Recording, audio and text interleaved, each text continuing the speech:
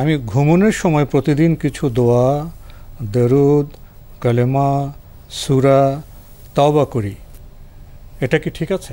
জায়েজ রয়েছে। ঘুমানোর সময় কিছু আজকার তো নির্দিষ্টই আছে, সেই আজকারগুলো করতে পারলে সবচেয়ে উত্তম। সেগুলি শিখে নেওয়ার জন্য চেষ্টা করুন। কোনো আহলে ইলমের কাছে সে বিষয়ে মানে ডিরেকশন দিতে পারেন। যে সমস্ত আজকারগুলো রাসূলুল্লাহ সাল্লাল্লাহু আলাইহি ওয়াসাল্লাম ঘুমের আগে করতে বলেছেন সেগুলো করার জন্য চেষ্টা করুন। ঘুমের আগে বেশি বেশি করে আয়াতুল কুরসি অবশ্যই পড়বেন, অত্যন্ত গুরুত্বপূর্ণ একটি বিষয়। সূরা বাকারার শেষ দুটি আয়াত অবশ্যই পড়বেন, অত্যন্ত গুরুত্বপূর্ণ একটি বিষয়।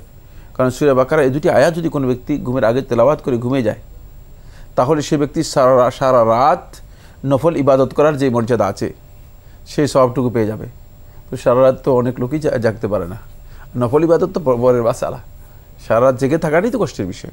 সুতরাং মানে অন্ততপক্ষে সূরা বাকারার শেষ দুটি আয়াত মানে নিয়মিত তেলাওয়াত করবেন ঘুমের আগে।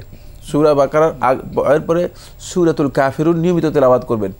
নবী সাল্লাল্লাহু আলাইহি ওয়াসাল্লাম হাদিস দ্বারা প্রমাণিত হয়েছে যে ব্যক্তি সূরাতুল কাফিরুন হচ্ছে কুল ইয়া আইয়ুহাল কাফিরুন, এই সূরাটি যদি কেউ তেলাওয়াত করে ঘুমায় তাহলে সে ব্যক্তি শিরক থেকে মানে সম্পূর্ণরূপে মুক্ত হয়ে তাওহীদের উপর মৃত্যু হয়ে যাবে তার।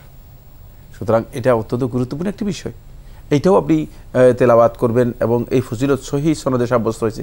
আরো অনেক দীর্ঘ বক্তব্য রয়েছে, কয়েকটি বললাম। কুল তো পড়তে পারবেন, তিন কুল সেগুলো তো পড়তে পারবেন, সেগুলো তো আজকারের মধ্যে রয়েছে।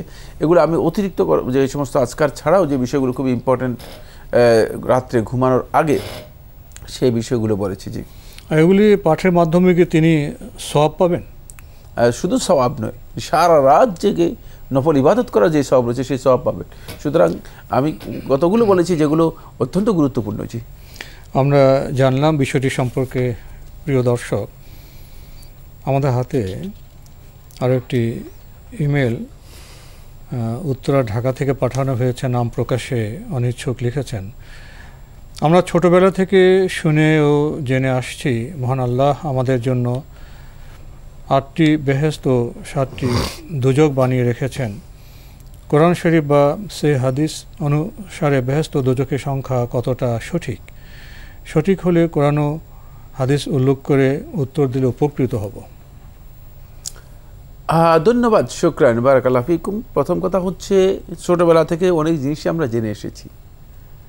আমাদের সমাজে অনেক বিষয় প্রচলিত, অনেক বিষয় বহুল আলোচিত আছে। তার মধ্যে একটি বহুল আলোচিত বা পরিচিত বিষয় হচ্ছে কত বেহেশত, 8 বেহেশত, 7 দোজখ ইত্যাদি ইত্যাদি। এইগুলো আসলে কোরআন এবং হাদিস দ্বারা প্রমাণিত হয়নি।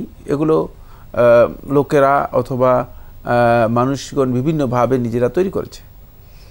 বেহেশত একটা কম্পাউন্ড, বিশাল কম্পাউন্ডের নাম, যে কম্পাউন্ড একটা কমপ্লেক্স, বিশাল কমপ্লেক্স, যার মানে দৈর্ঘ্য প্রস্থ এটা গোটা আসমান এবং জমিনের যা কিছু আছে মানে এটার প্রস্থ এর চেয়ে অনেক বেশি। মানে সুতরাং এটাতে কত বিশাল, মানে সমস্ত এই মাখলুকাতকে যদি জান্নাতের মধ্যে একসাথে ঢুকে দেওয়া হয় তাহলে হয়তো জান্নাতের কিছু অংশ হতে পারে। সুতরাং এখান থেকে বোঝা যাচ্ছে যে জান্নাত কত বিশাল। আর সেই বিশাল জান্নাতের লাহা সামানিয়াতু আবওয়াবিন, এর আল্লাহ সুবহানাহু ওয়া তাআলা 8টি দরজা দিয়েছেন। দরজা হয়তো কেউ দরজাকেই মানে আলাদা করে কি করেছে, বেহেশতে রূপান্তরিত করেছে, স্তর করেছে। না, স্তরগুলো ভিন্ন। এগুলো হচ্ছে দরজা। এখানে ডোর হচ্ছে মোট 8টি, যেটা কোরআন স্পষ্ট করেছে। হয়তো হতে পারে মানুষদেরকে দরজা বোঝানো কঠিন, মানে মানুষদেরকে স্বাভাবিকভাবে দরজা বোঝানো অনেক কঠিন। তো এই কারণে হতে পারে আমাদের আলেমরা হয়তো তখনকার সময় সাধারণ মানুষদেরকে বোঝানোর জন্য বলেছে যে বেহেশত হচ্ছে 8টা, যেহেতু 8টা দরজা। হ্যাঁ, তো এটা আসলে 8টা নয়, এটা হচ্ছে 8টা দরজার কথা বলা হয়েছে। যেভাবে জাহান্নামের ব্যাপারে বলা হয়েছে, জাহান্নামের 7টি দরজা রয়েছে। তো এই যে দরজার কথাগুলো, এগুলো হচ্ছে দরজার বিষয়, এগুলো তো মানে জাহান্নামের নাম নয়।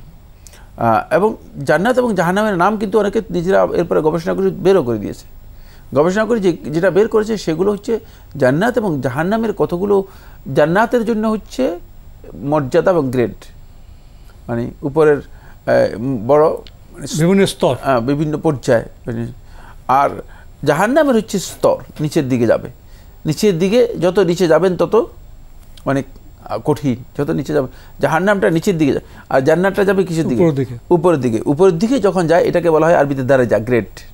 আর নিচের দিকে যখন যায় এটাকে আরবিতে বলা হয় দারাক, এটাকে বলা হয় দারাক। কোরআনের মধ্যে রয়েছে দারাক হচ্ছে মানে যেটা নিচের দিকে যাচ্ছে, যত তলে যাবেন, তো যত তলা নিতে যাবে ততই। এর সর্বনিম্ন স্তর যেটা সেটা হচ্ছে আদ-দারকুল আসফাল, সর্বনিম্ন স্তর। এটা করা হয়েছে মুনাফিকদের জন্য। এটা কোরআন কারীমের মধ্যে আল্লাহ তাআলা বলেছেন জাহান্নামের সর্বনিম্ন স্তর যেটা সেটা করা হয়েছে মুনাফিকদের জন্য।